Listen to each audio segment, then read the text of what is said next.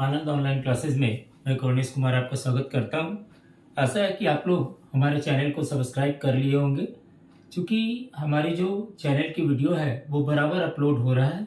ठीक है, और वो लगभग हर क्षेत्र से मैं अपलोड कर रहा हूं, चाहे वो जीके का क्षेत्र हो, कॉम्पिटिटिव मोड में, या किसी क्लास का। हर वीडियो को बार बार मैं अपलोड कर रहा हूँ, इसलिए मैं कहूँगा कि आप हमारे चैनल को सब्सक्राइब करें, क्योंकि जब आप चैनल हमारे सब्सक्राइब किए रहेंगे तो आपके यूजफुल वीडियो का अपडेट तुरंत मिलेगा, जिससे आपको, या नोटिफिकेशन तुरंत मिलेगी आपको, जिससे हमारे वीडियो को आप यूज कर सकते हैं। क्योंकि मैं किसी भी वीडियो को दे रहा हूं तो सब्जेक्ट वाइज एक सेक्वेंस से दे रहा हूं, जो एक टॉपिक्स पर्टिकुलर तैयार होता है। ठीक है, चलिए आज हम लोग बात करने वाले हैं फिजिक्स में न्यूटन्स लॉ के बारे में। जनरली बहुत से कॉम्पिटिशन्स में भी उससे न्यूटन्स लॉ से क्वेश्चंस पूछे जाते हैं, और आपको जनरली जितने भी साइंस की कॉम्पिटिशन्स है तो उससे तो क्वेश्चंस आ रहा ही है, और जनरल कॉम्पिटिशन्स भी है तो साइंस सब्जेक्ट में उससे क्वेश्चंस रहता ही है। बस उसी मॉड में मैं थोड़ा सा सब्जेक्टिव टाइप से आपको समझाऊंगा, जो क्लासेस में भी काम देगा। ठीक है, तो आप थोड़ा सा ध्यान से हमारी बात को समझेंगे। ठीक है, जैसे हम बात कर रहे हैं कि न्यूटन साहब मेनली मोशंस के बारे में लॉ दिए थे। ऐसे तो देखिए उनका देना लॉ क्या था, मोशंस पे लॉ देना था, लेकिन उन्होंने मोशंस के बारे में ही सिर्फ नहीं बताया, उन्होंने दबे स्वर में फोर्स के बारे में ही भी बताया। चूंकि न्यूटन साहब भी समझिए तो हमको फोर्स का डिफिनेशंस दिए हैं, न्यूटन साहब भी हमको फोर्स के बारे में मैथमेटिकल फॉर्मूला दिए हैं, और न्यूटन साहब ही हमको क्या किए हैं तो एक्शंस और रिएक्शंस फोर्स के बारे में समझाए हैं। यानी कह सकते हैं कि ये जो मोशंस फॉर्मूला है वो तो ठीक है, रिलेशंस तो मोशंस से ही होगा, ओरिजिन मोशन से ही होगा, क्योंकि ये मोशंस का पर्टिकुलर फॉर्म पकड़ रहा है तो, लेकिन ये एक्चुअल में डिपेंड करेगा आगे जाकर के फोर्स पे। जैसे उनका पहला लॉ ही था, थोड़ा लॉ को देखिए उन्होंने क्या कहा। फर्स्ट लॉ में यही बात बोले कि यदि फिजिकल तौर पे देखें कि कोई भी ऑब्जेक्ट, चाहे कोई भी यूनिवर्स का ऑब्जेक्ट अपने प्लेस पे क्या रहेगा तो स्थिर रहेगा, यानी यूनिफॉर्म रहेगा, या यूनिफॉर्म रहने की कोशिश करेगा। कब तक? जब तक कि उस पर कोई एक्सटर्नल फोर्स ना लगे। तो यहाँ पे एक बात क्लियर हो गया कि उन्होंने क्या कह दिया अपने लॉ में। तो उन्होंने कहा कि कोई भी ऑब्जेक्ट, जैसे यदि कोई बस बाईपास में खड़ी है या किसी रोड सड़क पे खड़ी है, और वो बस सड़क पे तब तक खड़ी रहेगी जब तक उसमें कोई एक्सटर्नल फोर्स नहीं लगता है। यदि एक्सटर्नल फोर्स लगेगा तो आपका क्या होगा, उसमें मोशंस आएगी, यानी वो मोशंस के फॉर्म को पकड़ेगा। ठीक है, और यही जो न्यूटन्स फर्स्ट लॉ है वही चल करके, ठीक, यदि उसको सेकंड फेज से देखेंगे, यानी सेकंड लास्ट फॉर्म से देखेंगे, जो हमने कह दिया कि एक्सटर्नल फोर्स लगता है, और एक्सटर्नल फोर्स से जब हम फिजिकल डिफिनेशंस को काउंटिंग करना शुरू करेंगे तो वो फोर्स का डिफिनेशंस दे देगा। यानी फोर्स के बारे में हम लोग यही कह सकते हैं कि फोर्स क्या है भाई, तो पहला तो फिजिकल क्वांटिटी है, और ये क्या करता है। तो देखिए फोर्स क्या करता है, तो किसी भी ऑब्जेक्ट को क्या करता है, तो रेस्ट में है तो मोशंस में लाने का कोशिश करता है, या मोशंस में है तो रेस्ट में लाने का कोशिश करता है। यानी कहने का मतलब force is a physical quantity which take any object in the form of rest, then it will be also take a positions of the motions। यानी कहने का मतलब कोई भी, यदि कोई भी ऑब्जेक्ट है अपना वन फॉर्म एक एनर्जी से, मतलब एक फॉर्म में है, रेस्ट में है, और यदि वो मोशंस में आएगा तो उसमें फोर्स का भागीदारी होगी। यानी फर्स्ट लॉ क्या दिया, तो फोर्स का डिफिनेशन दिया। इसलिए मैंने पहले ही बोला आपको कि भाई फोर्स क्या देगा, तो न्यूटन्स लॉ क्या देगा, तो Newton's law, first law, second law, third law, इस तरह से आपको लॉ देगा, और वो एक्चुअल में सब जो आएंगे वो किस पे आएंगे, तो फोर्स पे आएंगे। ठीक है, लगभग सभी बात दबे स्वर में फोर्स के बारे में ही बोली जाएगी। तो यहाँ पे जो हम बात किए पहला फर्स्ट लॉ, तो देखिए इसको थोड़ा सा आइडेंटिकल जो यूनिफॉर्म मोशंस होता है उसके फॉर्म में देख लें, तो अभी तुरंत आपके मन में राइज होगा कि यूनिफॉर्म मोशंस क्या होता है। तो जब इक्वल डिस्टेंस कवर्ड होती है इक्वल इंटरवल ऑफ टाइम में, तो उसको हम लोग कहते हैं कि यूनिफॉर्म मोशंस है। तो यानी कहने का मतलब यहां पे देखिए, a body at rest will remain at rest. पहला कंडीशन, रेस्ट में है तो रेस्ट में रहेगा, and a body in motions will continue in motions. यदि मोशंस में है तो कंटिन्यू रहेगा मोशंस में। कहां, तो in a straight line with a uniform speed, और unless it is compelled by an external force to change its state or of uniform motions. ठीक है, जब तक, यानी कहने का मतलब एक बॉडी रेस्ट में है तो रेस्ट में रहेगा, या एक मोशंस में है तो कंटिन्यू रहेगा मोशंस में, स्ट्रेट लाइन में यूनिफॉर्म स्पीड के साथ, जब तक कि उसमें कोई एक्सटर्नल फोर्स नहीं लगता है। ठीक है, इससे हम लोग क्या पाते हैं, तो बाय फर्स्ट लॉ हम लोग पाते हैं, we find the definitions of force. Force, what is the force? The force is a physical quantity which give an object at rest will remain at rest and a body in motions will continue in motions in a straight line with a uniform speed। ये बात कह सकते हैं, यानी कहने का मतलब हुआ कि न्यूटन्स फर्स्ट लॉ हमें क्या देता है, तो फोर्स का डिफिनेशन देता है। दूसरा पार्ट हमने बोला द प्रॉपर्टी ऑफ इनर्शिया, यानी ये इनर्शिया का भी प्रॉपर्टी देता है। तो इनर्शिया क्या है? तो देखिए, इनर्शिया किसी भी ऑब्जेक्ट की प्रॉपर्टी है। इनर्शिया किसी भी ऑब्जेक्ट की प्रॉपर्टी है। तो क्या प्रॉपर्टी है? तो कोई भी ऑब्जेक्ट यदि रेस्ट में रहेगा तो रेस्ट में ही रहने का कोशिश करता है, और यदि कोई ऑब्जेक्ट मोशंस में है तो मोशंस में ही रहने का कोशिश करता है। तो बात समझ रहे होंगे कि यानी कोई आदमी, बहुत स्टूडेंट को, बहुत लड़के को समझ में नहीं आता है कि इनर्शिया होता क्या है भाई। तो इनर्शिया क्या होता है? तो एक खास प्रॉपर्टीज है जो किसी भी ऑब्जेक्ट में होगा। क्या होगा भाई? तो यदि रेस्ट में है तो रेस्ट में रहना चाहेगा, और मोशंस में है तो मोशंस में रहना चाहेगा। तो ये रेस्ट में रहना चाहेगा, उस समय उसमें जो एनर्शिया होगी उसको रेस्ट एनर्शिया कहेंगे, और जो मोशंस में रहना चाहेगा उस समय उसको हम लोग कहेंगे मोशंस एनर्शिया। यानी कहने का मतलब यहाँ पे हो गया कि there are two types of inertia. First is the rest inertia and second is the motions inertia. अब एक बात और होता है, तो एनर्शिया की वैल्यू कैसे पाएंगे या मेजरमेंट कैसे करते हैं? तो एनर्शिया की मेजरमेंट किसी भी ऑब्जेक्ट के मास से की जाती है, यानी वो कितना सबस्टांस मासिव है उस पर डिपेंड करता है कि वो उसकी एनर्शिया कितनी होगी। यदि ज्यादा मास है तो ज्यादा एनर्शिया है, और यदि कम मास है तो कम एनर्शिया है। कहने का मतलब, ज्यादा हमने कहा और कम कहा, तो ज्यादा और कम का कहने का मतलब क्या? यदि हम पूछ लेते हैं आपसे कि बताइए भाई, बस और कार के बीच किसकी एनर्शिया ज्यादा है, तो बस का मास ज्यादा है तो बस की एनर्शिया ज्यादा होगी। बात समझ रहे हैं? और कार की एनर्शिया कम होगी, यानी इसका स्क्रीनशॉट लीजिए। थोड़ा सा वीडियो लंबा जाएगा क्योंकि तीनों लॉ को डील करेंगे, और उसके साथ जो आने वाला प्रॉपर्टीज है उसके बारे में बात करेंगे। थोड़ा सा वीडियो लंबा जाएगा, ये बात हम आपको बोल रहे हैं। ठीक है, चलिए थोड़ा ध्यान से देखिएगा। हर कंपटीशन में भी क्वेश्चन आएगा तो आपसे छूटेगा नहीं, क्योंकि पूरा बिल्कुल शॉर्ट में चल रहा है। तो यानी कहने का मतलब एनर्शिया क्या है, तो शॉर्ट में लिखते हैं एनर्शिया। चलिए, एनर्शिया, तो ये क्या हुआ? The property of any object, the property of any object which if an object in motions then it will continue in motions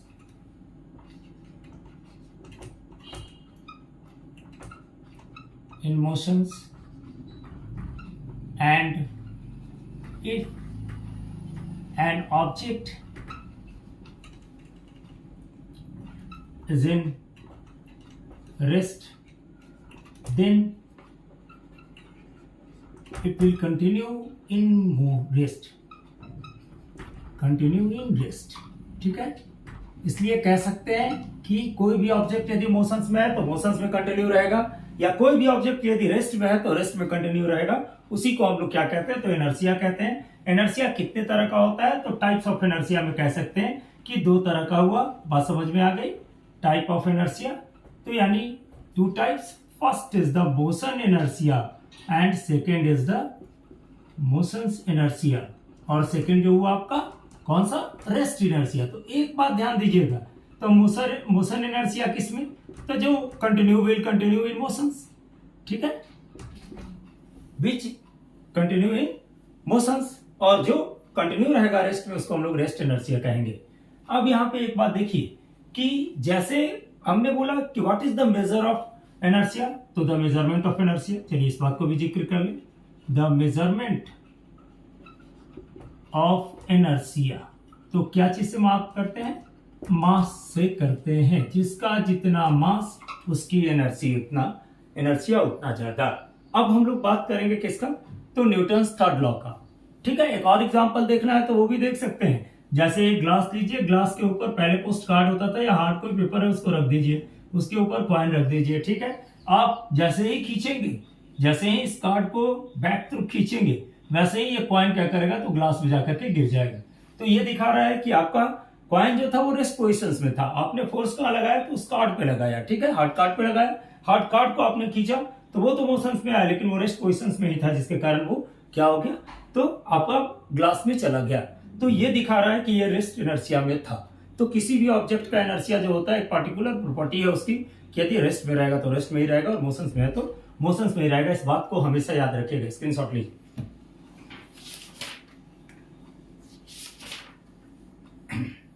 चलिए अब बात करते हैं न्यूटन सेकंड लॉ का। न्यूटन सेकंड लॉ क्या है, तो देखिए कुछ नहीं, अब तो बहुत सिंपल डेफिनेशन हो गया, पहले थोड़ा सा हार्ड भी था। ऐसे यदि फोर्स पे बात करेंगे तो थोड़ा सा कॉम्प्लिकेटेड हो जाएगा, समझ रहे हैं कि नहीं, लेकिन यहाँ पे फोर्स का बात करना ही नहीं है हमको। ठीक है, यहाँ पे बात करना मोमेंटम पे। ठीक है, तो एक बात देखिए, Newton second law, Newton second law क्या है भाई, तो देखिए ये कहता है मोमेंटम, एक कहते हैं मोमेंटम क्या होता है, तो मास और वेलोसिटी को मल्टीप्लाई करते हैं तो मोमेंटम मिलता है। ठीक है, इसको आप यहाँ पे कॉर्नर पे लिख दे रहे हैं, मोमेंटम किसको कहते हैं भाई, तो किसी भी ऑब्जेक्ट का मास होगा और उसको मल्टीप्लाई कीजिएगा वेलोसिटी से, तो वो मोमेंटम आता है। इसका सिंबल पी होता है, इसका ऐसा यूनिट किलोग्राम केजी मीटर पर सेकंड होता है। ठीक है, इस बात को याद रखिएगा। यहाँ पे हम अभी बात कर रहे हैं आपको किस चीज का, तो सेकंड लॉ। तो सेकंड लॉ क्या है, तो the rate of momentum, the rate of momentum is equal to force it is said to be a क्या, तो न्यूटन सेकंड लॉ, यानी इक्वल टू कह दिए तो इन मैथमेटिकल लैंग्वेज में हमने बोला, जैसे आप कोई ऑब्जेक्ट है, उसका जो मास का रेट होगा, वो जो उसको मोशंस में लाने के लिए जो अप्लाइड फोर्स होगा उसके प्रोपोर्शनली होता है, या उसमें जो डेवलप फोर्स होता है उसका प्रोपोर्शनली होता है। तो यहाँ पे कहने का मतलब मोमेंटम का, ये द रेट ऑफ मोमेंटम या the change of momentum in the form of time, ये बात कह देते हैं, यानी मोमेंटम में चेंजिंग होगा और बाय टाइम करेंगे तो वो आपको निकलेगा। तो कहने का मतलब कि Newton second law, the rate of the rate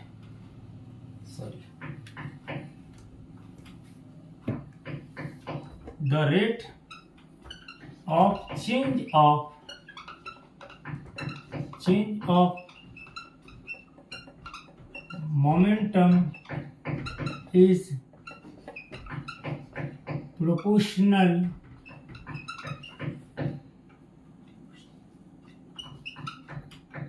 to the force, and the force, the directions of force, ये भी लिखी दीजिए, the directions of force in the momentum, या to the momentum कर दीजिए, to the momentum। ठीक है, the rate of change of momentum is proportional to the force and the directions of force to the momentum। ठीक है, चलिए अब थोड़ा सा इसको देख लें। तो द रेट ऑफ चेंज, मान लीजिए किसी ऑब्जेक्ट का मास m था, अभी इसका m मास का ऑब्जेक्ट था, इसकी वेलोसिटी, इनिशियल वेलोसिटी u थी, और ये m मास का था, तो इसका इनिशियल फाइनल वेलोसिटी v हुआ। तो यदि पूछेंगे इनिशियल मोमेंटम कितनी हुई, तो mu, मास इनटू वेलोसिटी को कहते हैं। इसका फाइनल वेलोसिटी क्या होगा, तो mv। समझ रहे हैं, तो यहाँ पे हमने क्या बोला, the rate of change of momentum is proportional to the force and the directions of force to the momentum। Simple way में लिख दिए, to the momentum या in the directions of momentum, ये भी कह सकते हैं। ज्यादा मन करे, इसमें दिक्कत हो रही है तो ये भी लिख दीजिए, in the directions of momentum। Clear, ये भी कहेंगे कोई बात नहीं, थोड़ा सिंपल याद करने में होगा। in the directions of momentum, ये भी कह सकते हैं, directions of momentum। समझ रहे हैं बात को, तो यानी द रेट ऑफ, तो ये हो गया, तो द रेट ऑफ क्या होगा, तो mv minus mu by T, यानी ये हो गया हमारा क्या, द रेट ऑफ मोमेंटम। बाकी आपको मन करे तो लिखिए कि let the m mass object has a initial velocity is u and the final velocity v, then the first object has a momentum mu and second object has a momentum mv, then the change of momentum mv minus mu, and the rate of change of momentum is m v minus m u by t. थोड़ा सा उतना time बचाने के चक्कर में काट लिया है आपसे, इतना बुद्धिमानी यूज कीजिएगा, प्रूफ करना रहेगा एग्जामिनेशन सॉल्व में। तो ये जो फोर्स हुआ इसका क्या हो गया भाई, तो प्रोपोर्शनली हुआ। तो एक बात देखिए, कहीं भी फोर्स प्रोपोर्शनली होगा तो एक यहां पर आप एक प्रोपोर्शनली एम कॉमन ले लीजिए, तो क्या हो गया v minus u by t. ठीक है, देख रहे हैं आप, एम हमने इसको बाहर निकाल लिया, एम एम, ठीक है, बाहर ले लिए, बाहर लिए तो क्या हुआ, तो यहां पे देख रहे हैं कि ये हो गया एम भी, यानी f proportionally m into a. अब ये कहां से, तो since v equal to u plus a t, clear हुआ, v minus u by t, ठीक है, a, यानी यदि हर 1 रहेगा, 1 न्यूटन का फोर्स लगे, 1 केजी का ऑब्जेक्ट हो, 1 मीटर पर सेकंड स्क्वायर का क्या लगे, तो एक्सीलरेशन से अटेम्प्ट हो, तो यहां पे जो कांस्टेंट टर्म की जगह पे 1 आ जाएगा, यानी f इक्वल टू के एम इंटू ए। यानी यहां पे थोड़ा सा बात को लिख दें कि f, थोड़ा यहीं पे कंप्लीट करते हैं, f force 1 newton, then the accelerations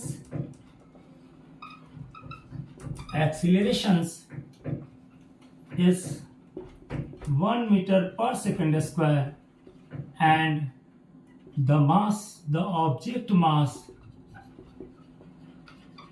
is 1 kg, then k equal to 1। समझ में आया कि नहीं आया, यानी f equal to 1 into k into 1 into m into a, यानी f equal to m into a। ठीक है, force equal to mass into acceleration. समझ में आई बात, क्या हुआ भाई, तो यहाँ पे गौर कीजिए, f प्रोपोर्शनली हो गया था m इंटू a का, तो कांस्टेंट टर्म दिए इक्वल का देने के बाद, यदि फोर्स 1 न्यूटन का होगा तो देन द एक्सीलरेशन, ये एक्सीलरेशन हुआ, कितना होगा भाई, तो 1 मीटर पर सेकंड स्क्वायर का होगा, और मास कितनी होगी, तो mass is the 1 kg, then k equal to 1, that is the f equal to 1 into k into a, that is the f equal to m into a। चलिए, न्यूटन सेकंड लॉ हो गया, third law कुछ नहीं है, बहुत simple सा बात है थर्ड लॉ में। अब इस पे कहिएगा क्वेश्चंस क्या आता है, तो देखे होंगे कि अक्सर कभी क्वेश्चन आता है कि कोई भी क्रिकेट प्लेयर यदि किसी बॉल को कैच करता है तो वो हाथ को अपना पीछे क्यों ले जाता है, तो हाथ को पीछे ले जाने का टाइमिंग को बढ़ाना मकसद होता है। ठीक है, टाइमिंग वो बढ़ाना चाहता है, क्योंकि टाइमिंग बढ़ेगा तो फोर्स क्या होगा, यहाँ पे यदि यहाँ टाइम बढ़ा देंगे तो जो फोर्स डेवलप होगा वो क्या होगा, तो आपका कम होगा, टाइमिंग बढ़ाएंगे तो फोर्स डेवलप होगा तो कम होगा, इसीलिए वो कैच लेने के लेता है तो थोड़ा सा हाथ को बैकवर्ड डायरेक्शन में ले जाता है। बात समझ में आ रही है, यानी इसका आंसर लिखना होगा तो ये लिखेंगे कि cricket player moves his hands in a backward direction when on catching, it is because it is take a external force to minimize, because when the time is increased then the force will be sure and certain is the decreased। ठीक है, तो उसका हाथ हट नहीं होगा। चलिए अब बात करते हैं, आपका थर्ड फॉर्म में आते हैं न्यूटन थर्ड लॉ में। थर्ड लॉ क्या है, तो बस एक्शंस टू द रिएक्शंस, यानी यदि हम लोग एक्शन फोर्स लगाते हैं तो इसका इक्वल और अपोज रिएक्शन फोर्स भी डेवलप होता है। बात समझ में आ रही है, जैसे आप कहीं पे यदि एक्शन फोर्स लगा रहे हैं और तो आपको रिएक्शन फोर्स भी मिल रहा है और दोनों बराबर है, तो कहिएगा भाई कहां पे, इसको कैसे हम लोग रिप्रेजेंट कर सकते हैं। तो सबसे पहले देखिए, न्यूटन थर्ड लॉ का जो एग्जांपल है वो हमारा पैर जो होता है वो सटिकली काम चलते हैं, यानी वॉकिंग जो कर रहे हैं वो प्योर दिखा रहा है कि नहीं भाई आप न्यूटन थर्ड लॉ से काम कर रहे हैं। कैसे, तो हम चलते हैं तो क्या करते हैं, पहले थोड़ा सा प्रेशर लगाते हैं, यानी फोर्स लगाते हैं, और अर्थ भी क्या करता है, तो जितना फोर्स हम लगा रहे हैं उसके एक्सटर्नल और इक्वल फोर्स लगाता है, जिसके कारण हम किसी जगह पे चल पाते हैं। ठीक है, अब यही काम क्या होता है भाई, तो फ्रिक्शन, जब आप किसी भी ऑयली चीज को गिरा देते हैं किसी सरफेस को या स्मूथ कर देते हैं तो वहां पे ज्यादा क्या हो जाती है, थोड़ा सा ज्यादा रफनेस नहीं रहने के कारण वो थोड़ा फिसलन डेवलप करता है। तो आखिर ऐसा क्यों होता है, तो इसको हम इस मायने से बता सकते हैं कि इसका कॉज होने का कारण हुआ कि जो आपने एक्शन फोर्स तो लगाया जरूर, लेकिन रिएक्शन फोर्स वहां पे चूंकि फ्रिक्शन फोर्स होने के कारण नहीं होने के कारण डेवलप प्रॉपर नहीं हुआ, जिसके कारण वहां पे चलना कभी कभी कठिनाई हो जाता है, या लुब्रिकेंट्स गिर जाने के कारण कभी कभी उसमें ज्यादा ये अनफ्रिक्शन हो जाने के कारण फ्रिक्शन फोर्स की कमी हो जाती है, जिसके कारण फोर्स की कमी हो जाती है जो अपोज फोर्स लगता है, जिसके कारण हम लोग फिसलते हैं। यानी इसका स्क्रीनशॉट ले लीजिए। इसके बाद बात करते हैं न्यूटन थर्ड लॉ का, क्योंकि आगे आप लोग को बता चुके हैं कि न्यूटन थर्ड लॉ क्या आता है। ठीक, चलिए तो न्यूटन थर्ड लॉ बिल्कुल आपको पूरे लॉ का कॉन्सेप्ट हो जाएगा। उसके बाद आप आराम से किसी भी कंपटीशंस में क्वेश्चंस आराम से दे सकते हैं, लिख सकते हैं। ठीक है, यानी कहने का मतलब कौन सा, तो Newton third law.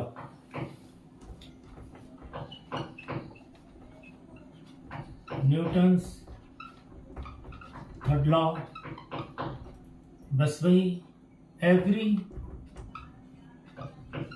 Action force give equal and oppose force. ठीक है, every action force give equal and oppose force. बात समझ रहे हैं, यानी फोर्स अपोज रिएक्शन फोर्स लिख दीजिए, थोड़ा क्लियर हो जाएगा। Oppose reaction force. अब आप तो समझ ही गए होंगे, जैसे किसी बोट को चलाना है तो देखिए ये सब क्वेश्चंस बुक में पढ़िएगा, हम यहाँ समझा दे रहे हैं। ये जैसे बोट है, यहाँ पे मान लीजिए ये बोट था आपका, आपने क्या किया, इसको थोड़ा सा पुश बैक किया, तो यानी एक्शन फोर्स आपने इधर लगाया। ठीक है, अब ये एक्शन फोर्स यहाँ लगा, लेकिन ये बोट आगे की ओर बढ़ रहा है, यानी रिएक्शन फोर्स इधर लग रहा है। तो देख रहे हैं कि नहीं, एक्शन फोर्स आपने इधर लगाया डाउनवर्ड डायरेक्शन में, रिएक्शन अपर डायरेक्शन में हो रहा है, यानी एक्शन फोर्स जो है वो equal and opposite reaction force का हुआ। ठीक है, बात समझ में आ रही है। अब इस फोर्स पे कांस्टेंट क्या होता है भाई, तो इसी फोर्स के आधार पे हम लोग चलते हैं। आपका गन जो रिकॉइलिंग करता है, जैसे देखे होंगे कि आप फायरिंग करते हैं तो आप फ्रंट की ओर गन को फायरिंग कर रहे हैं, लेकिन आप पीछे की ओर भी झटका खाते हैं, यानी थोड़ा सा सॉफ्ट होते हैं। तो वो इसलिए होते हैं क्योंकि इसमें भी न्यूटन थर्ड लॉ का फॉलो होता है। ठीक है, जेट चलने के पहले, जेट देखोगे कभी कभी कह सकता है कि आप प्रूफ कीजिए कि भाई जेट कैसे कह सकते हैं कि जेट की फ्लाइंग जो होती है वो आपका न्यूटन थर्ड लॉ को फॉलो करता है। तो इस मामले में जेट का फ्लाइंग जो होता है वो न्यूटन थर्ड लॉ को फॉलो करता है कि जब हम लोग क्या करते हैं, जेट जो होता है वो बैकवर्ड डायरेक्शन में अपने फ्यूल्स को छोड़ता है और अपने फ्यूल्स को एनर्जी को छोड़ता है, और जो होता है जेट जो होता है वो आगे की ओर फ्रंट की ओर बढ़ता है। तो यहाँ पे स्विंग होती है कि यहाँ पे न्यूटन थर्ड लॉ का सॉल्विंग हो रहा है। चलिए, आप लोग को आशा करेंगे कि हमारा जो न्यूटन थर्ड लॉ समझाने का मकसद था वो कामयाब हुए। हमारे वीडियो को आप लोग कृपया करके हमारे चैनल को सब्सक्राइब कीजिए, हमारे वीडियो को ध्यान से सुनिए, ये आपको हर कंपटीशंस में भी काम देगा न्यूटन थर्ड लॉ का। और पर्टिकुलर जो एग्जामिनेशंस हैं क्लास 8 से 9 ये सब में तो इसकी क्वेश्चंस तो होती ही है। ठीक है, चलिए धन्यवाद।